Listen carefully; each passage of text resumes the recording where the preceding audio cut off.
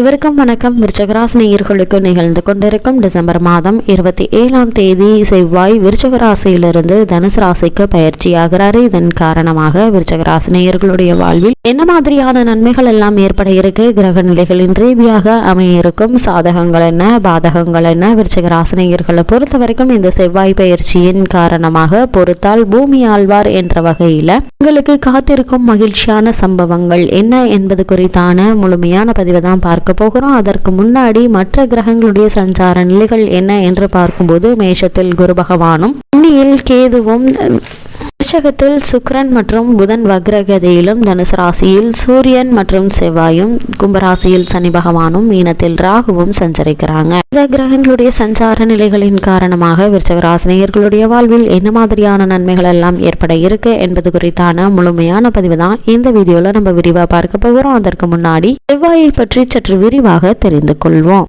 ஜோதிட சாஸ்திரத்தில் பூமிக்காரகன் என்று அழைக்கப்படும் செவ்வாய் இளமை துடிப்புள்ள கிரகம். செவ்வாய் சிவந்த நிறம் கொண்டவர் என்பதால் சிவப்பு நிறத்திற்கு இவரே அதிபதியாவாரு. பூமிக்காரகன் என்பதால் மண்ணில் செய்யக்கூடிய விவசாயங்கள், மண்ணால் செய்யக்கூடிய மண்பாண்டங்கள், நெருப்பு சம்பந்தமான வேலைகள், ரத்தம் சம்பந்தப்பட்ட மருத்துவ விஷயங்கள், ஆயுதம் சம்பந்தப்பட்டவை, இராணுவம், பவளம், துவரம் பருப்பு, வீரியம், இராணுவ தலைமை ஆகியவற்றிற்கு அதிபதி ஆகிறாரு. நவகிரகங்கள்ல மனதை இளமையாக வைத்திருப்பவர் புதன் என்றால் உடலை இளமையாக வைத்திருப்பவர் செவ்வாய். ஆரோக்கியமான குறுக்கேறிய உடல் செவ்வாயை குறிக்கும். மிக சிறந்த விளையாட்டு வீரர்களை, போர் வீரர்களை உருவாக்குவதும் இந்த செவ்வாய் கிரகம்தான். குழந்தை முதல் வயோதிக பருவம் வரையிலான மனித வாழ்க்கையில் 35 வயதுக்குட்பட்ட இளைய பருவத்தை செவ்வாய் குறிக்கிறாரு. இந்த காலகட்டத்தில் தான் முன் யோசனை இல்லாமல் தடாலடியாக நம்மை ஏதேனும் காரியங்களில் இறங்க வைப்பார் செவ்வாய். பொதுவாக பலம் வாய்ந்த செவ்வாயினுடைய தசை ஒருவருக்கு நடக்குமானால் அவருக்கு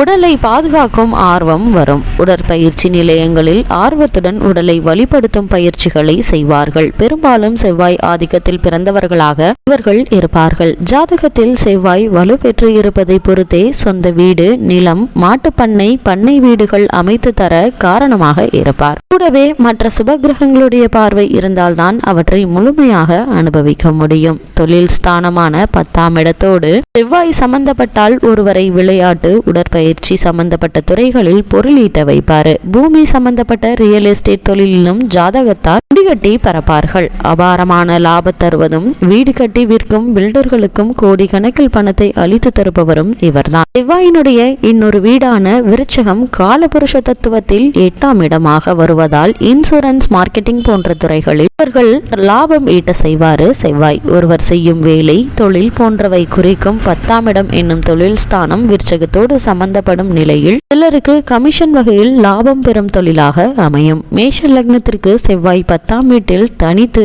உச்சம் பெற்று லக்னத்தை பார்த்துவிட அவர் 4ஆம் வீட்டில் நீச்சம் பெற்று சுபத்துவ சூட்சம வலு பெற்றிருவது சிறந்த யோகங்களை தரும்.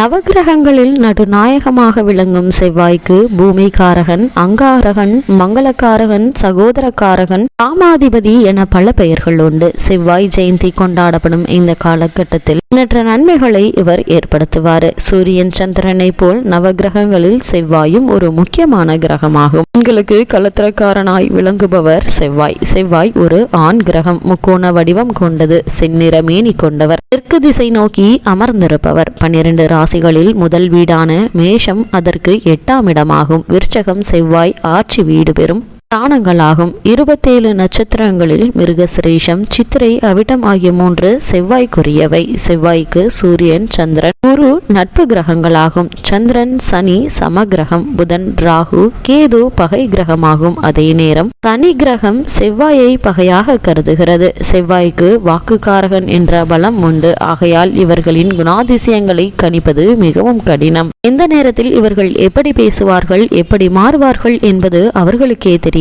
திடீரென்று கடும் சொற்களை பயன்படுத்துவார்கள். தன் காரியங்களை சாதித்துக் கொள்ள எந்த கீழ்நிலைக்கும் இறங்குவார்கள். தகாத சேர்க்கை, கூடா நட்பு இவர்களுக்கு ஏற்படும். ஸ்திரபுக்தி இருக்காது. உடலில் வெட்டுக்காயங்கள், தீக்காயங்கள் ஏற்பட வாய்ப்புகள் உண்டு. செண்பக மலர் இவருக்கு உகந்த மலர். துவரை அவருக்கு மிகவும் பிடித்த தானியம். செவ்வாய்க்கு துவர்ப்பு சுவை மிகவும் பிடிக்கும். செம்பு உலோகம் செவ்வாயினுடைய உலோகம். செந்நிற ஆடையே செவ்வாய் பகவான் விரும்பி அணியுவார். நவரத்தினங்களில் இவருக்கு உரியது பவளமாகும். லக்னத்தில் செவ்வாய் இருந்தால் விரும்பிய வாழ்க்கை அமையாது. எடுத்த காரியங்களில் தோல்விகளே கிடைக்கும். செவ்வாய் கிரகம் ஒரு ராசியில் சுமார் 45 நாட்கள் தங்குவாரு. ஒரு முறை ராசி சக்கரத்தை சுற்றி வர 18 மாதங்கள் எடுத்துக்கொள்வார்.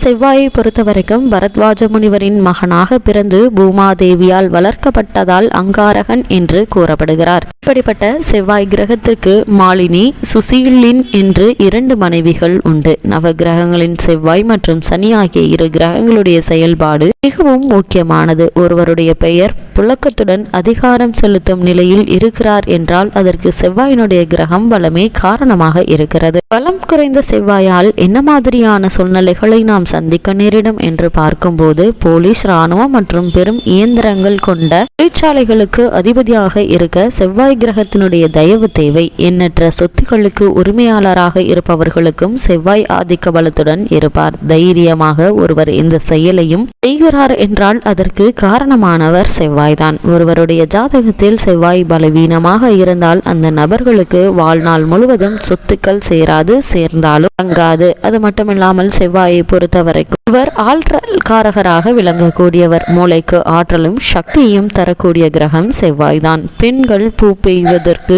முக்கிய காரணகர்த்தாவாகவும் விளங்கக்கூடியவர். செவ்வாய் பலம் குறைந்தால் உடலில் இரத்த சம்பந்தமான நோய்கள் தோன்றும். குறைந்த இரத்த அழுத்தம், அதிக இரத்த அழுத்தம் போன்றவை ஏற்படுத்தக்கூடியவர். சகோதர காரகன் ஒவ்வொரு கிரகத்திற்கும் ஒவ்வொரு காரகம் கொண்டுள்ளது. அந்த வகையில் செவ்வாய்க்கு சகோதர காரகன் என்ற சிறப்பு ஏற்பட்டுள்ளது.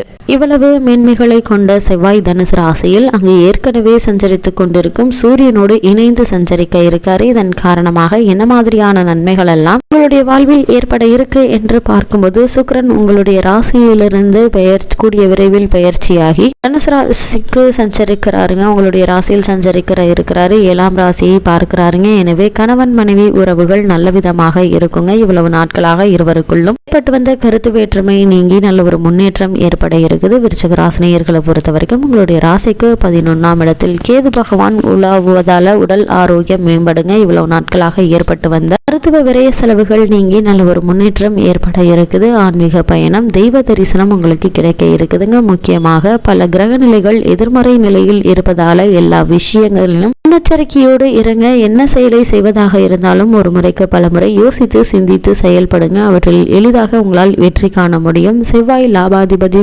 புதனோடு கூடி ராசியிலேயே வீற்றிருப்பது ஒரு நல்ல அமைப்பு என்று தாங்க சொல்ல வேண்டும். சுக்கிரன் உங்களுக்கு சிறப்பான பலன்களை தர இருக்கிறாரு. செல்வாக்கு மிக்க நண்பர்களை நீங்க இன்ற செவ்வாய் பயிற்சி காலகட்டங்களில் சந்திக்க இருக்கீங்க. இருந்தாலும் விருச்சிக ராசினியர்கள் இந்த செவ்வாய் பயிற்சி நிகழக்கூடிய தருணங்களில் என்ன மாதிரியான விஷயங்கள்ல கவனமாக இருக்க வேண்டும் என்று பார்க்கும்போது, நாளில் சனி, 6இல் குரு, ராசியில் வக்ர புதன் என சில கிரக நிலைகள் உங்களுக்கு அனுகூலமாக இல்லை என்பதை தெரிந்து கொண்டு செயல்படுங்க. தேவையற்ற முதலீடுகளோ ஒப்பந்தங்களோ இப்பொழுது வேண்டாங்க. பிள்ளைகளால் சில பிரச்சனைகள் வருவதற்கான வாய்ப்புகள் உண்டு. கைப்பணம் கரையுங்க. பணம் சிதறினால் கடன் வாங்க வேண்டிய சூழ்நிலை ஏற்பட்டுவிடும் என்பதால சற்று எச்சரிக்கையோடு இருப்பது மிக மிக நல்லது. விருச்சிக ராசினியர்கள் தேவையில்லாத மனக்கவலை உங்களை ஆழ்த்துங்க. இது மாதிரியான நேரங்கள்ல பொறுமையாக சிந்தித்து செயல்படுவது மிக மிக நல்லது. விருச்சிக ராசினியர்களுக்கு கிரக நிலைகளின் ரீதியாக கூறப்படும் பரிகாரம் என்ன என்று பார்க்கும்போது, வராகி அம்மனை வணங்குங்க. பஞ்சமி பூஜையை செய்ய பற்பல நன்மைகள் உங்களுடைய வாழ்வில் உண்டாகும்.